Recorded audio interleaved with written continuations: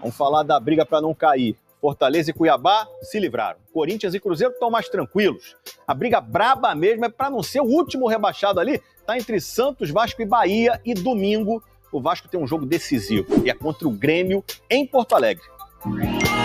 Essa semana foi um teste e tanto para os corações vascaínos. Na terça-feira, depois daquela derrota de virada para o Corinthians, você foi dormir como? Meio triste, meio bolado, meio chateado. Mas o astral mudou na noite de quinta-feira, com a vitória do São Paulo. Achei que já era, só que aí veio os jogos, né? O Bahia perdeu, a rodada ajudou o Vasco, e aí tudo certo. Esperança voltou? Esperança voltou. O Vasco é o primeiro time fora da zona de rebaixamento e agora só depende dos próprios resultados nas duas últimas rodadas para ficar na Série A. A próxima missão é no domingo contra o Grêmio, time que o Vasco nunca venceu jogando na casa do adversário. Até agora foram 7 jogos disputados na Arena com 7 vitórias do Grêmio. Todos vão dizer que é difícil, é contra o Grêmio, mas precisamos disputar. Eu entendo a torcida, a raiva, mas a equipe vai seguir lutando até o final. A inspiração para vencer vem do primeiro turno. Em agosto, o Vasco era lanterna do campeonato. E a reação começou com a vitória sobre o Grêmio em São Januário. A primeira vitória de Ramon Dias no comando do clube. 1-0 com gol do então recém-contratado Verratti. O iluminado centroavante que estreia hoje chegou anteontem. O Verratti chegou, já marcou, e aí só foi alegria pro vascaíno depois daí. É uma lembrança que ajuda a reforçar o otimismo para encarar o que vem pela frente. A esperança nunca acaba, né?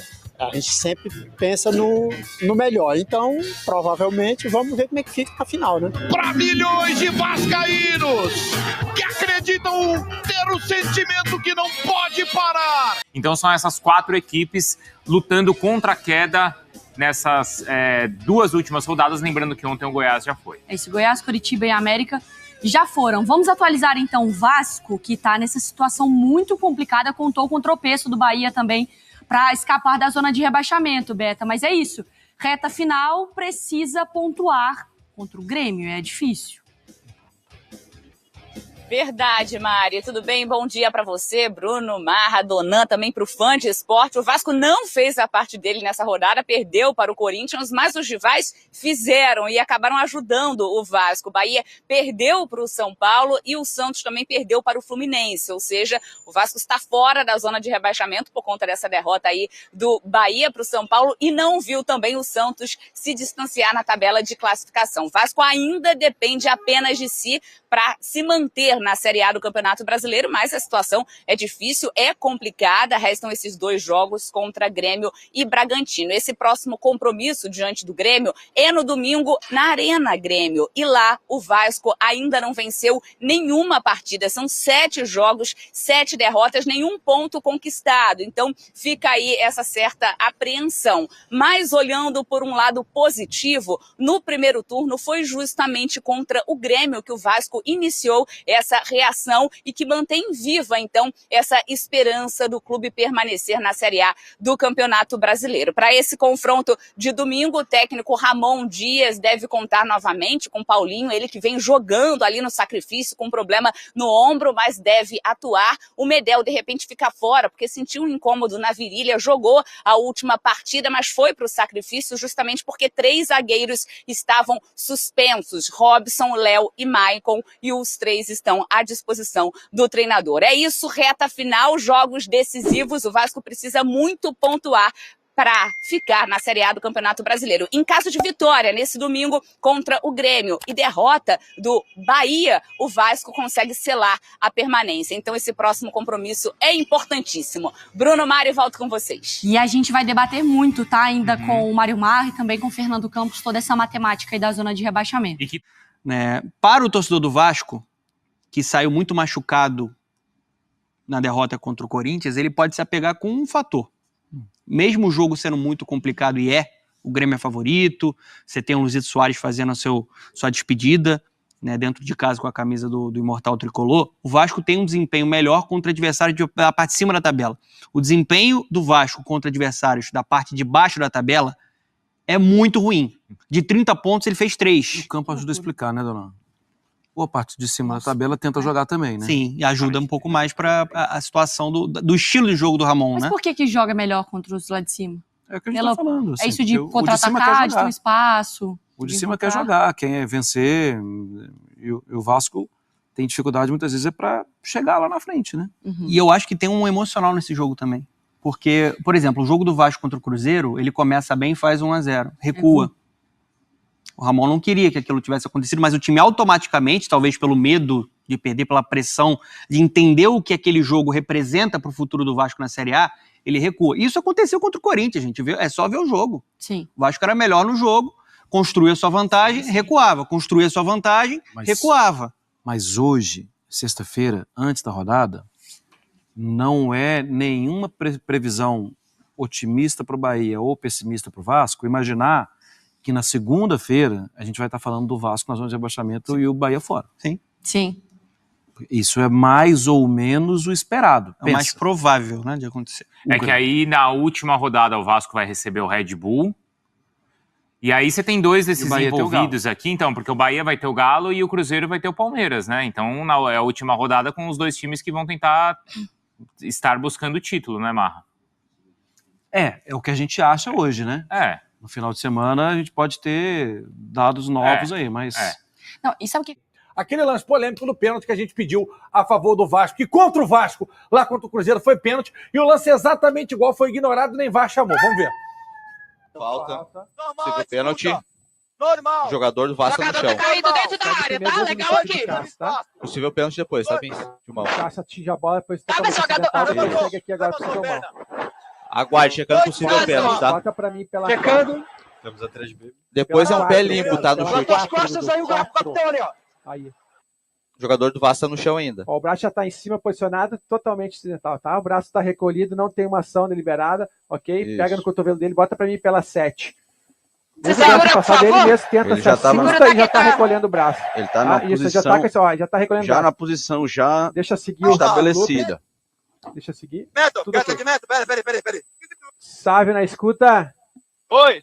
Tudo ok, tá? Nesse primeiro lance o Cássio acerta a bola, depois totalmente acidental o choque de jogo, e depois uma possível mão, a bola toca realmente no braço do jogador do Corinthians, tá em situação de disputa e tá com o braço totalmente posicionado naquela posição, recolhendo o braço, tá? Sem gesto adicional. Mão acidental, chega. Proximidade também. Proximidade é muito grande, tá? Vamos jogar, já foi tudo checado. Tá. Não, ele tá tirando o braço. Ele tá tirando o braço, Joga. ele tá na posição. Isso, a posição já é pré-existente. Pô, isso aqui é braço recolhido aonde? Aonde? Isso aqui é braço recolhido aonde, Aonde tá recolhido isso? Pô, primeiramente, bota aquela, Pedrinho. JJ ou Jeg. Eu quero um dos dois aqui comigo agora, que agora eu vou desabafar. Pô, nosso querido poeta Carlos Alberto, craque, campeão da Champions. Aqui. Ele falava, ele brincava, parece a feirinha da pavuna. Não tem condição, Atiz e Fernandão. Não tem condição do cara ouvir nada. Todo mundo gritando no ouvido do cara. É impossível. Deixa o lance acontecer. Quando a bola parar, você chama o VAR. Aí o cara no meio do tumulto, todo mundo conversando, falando no meio do ouvido dele, e o lance comendo. Ele para de prestar atenção no lance normal do jogo, para ele ficar ouvindo o que está acontecendo sem a bola ter parado. Só vai tomar decisão depois que a bola sair, depois que a bola tiver uma outra falta. Ele não vai parar o jogo enquanto a bola estiver em andamento. Então, pra que essa gritaria toda dentro do ouvido do cara? Oh, pelo amor de Deus, a mesma coisa que você tá aí, a gente tá falando no teu ouvido, o pessoal lá de cima falando, e você querendo levar o programa adiante, você não vai raciocinar. É impossível. A galera aí do VAR tem que melhorar esse aspecto, porque realmente é lamentável. Agora sim. Não estava recolhido, abençoado. Não estava recolhido. Não pode ser subjetivo. Não estava recolhido.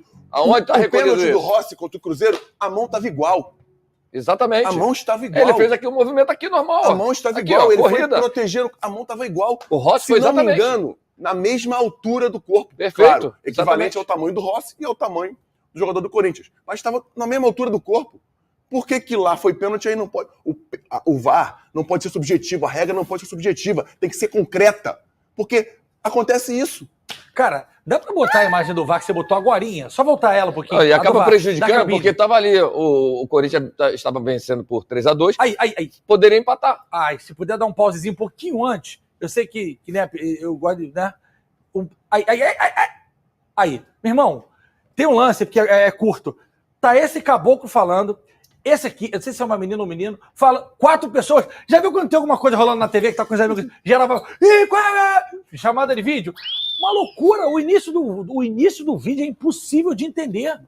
E a gente tem o lance do Rossi, João, separado? Vamos botar. Tá, a gente vai botar o lance do Rossi agora pra vocês, agora. Enquanto isso, a gente vai continuar falando aqui. Fernandão, e a distância, continua a sua subjetividade. A distância é quase a mesma com relação ao lance do Rossi e a esse lance. E tem a diferença, porque o Rossi não vê a bola. Ele tá olhando pro goleiro. O Rossi não vê a bola.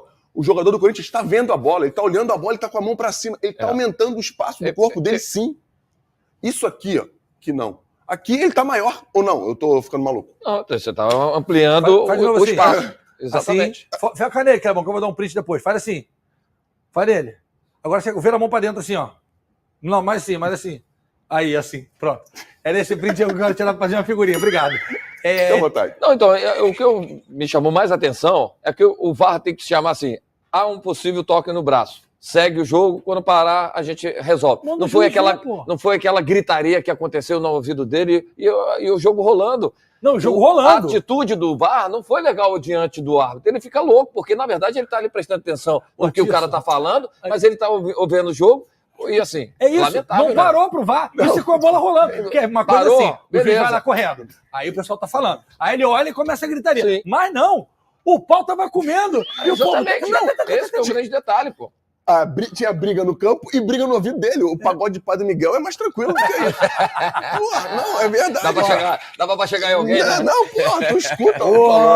Nessa época, né, mulher? Você brilhava nessa aí. Derrubou meia dúzia de garrafa. Na luta para escapar do rebaixamento, o Vasco vai a Porto Alegre com a esperança de vencer o Grêmio para se distanciar de mais um pesadelo da degola.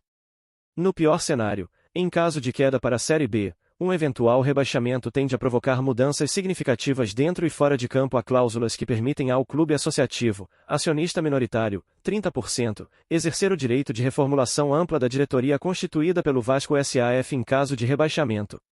Acionista majoritária, com 70% das ações, a 777 Partners é quem dá as cartas na SAF no futebol. No entanto, em caso de rebaixamento, o clube associativo tem contratualmente o direito de demitir o CEO da empresa, Lúcio Barbosa, e o diretor de futebol, Paulo Brax.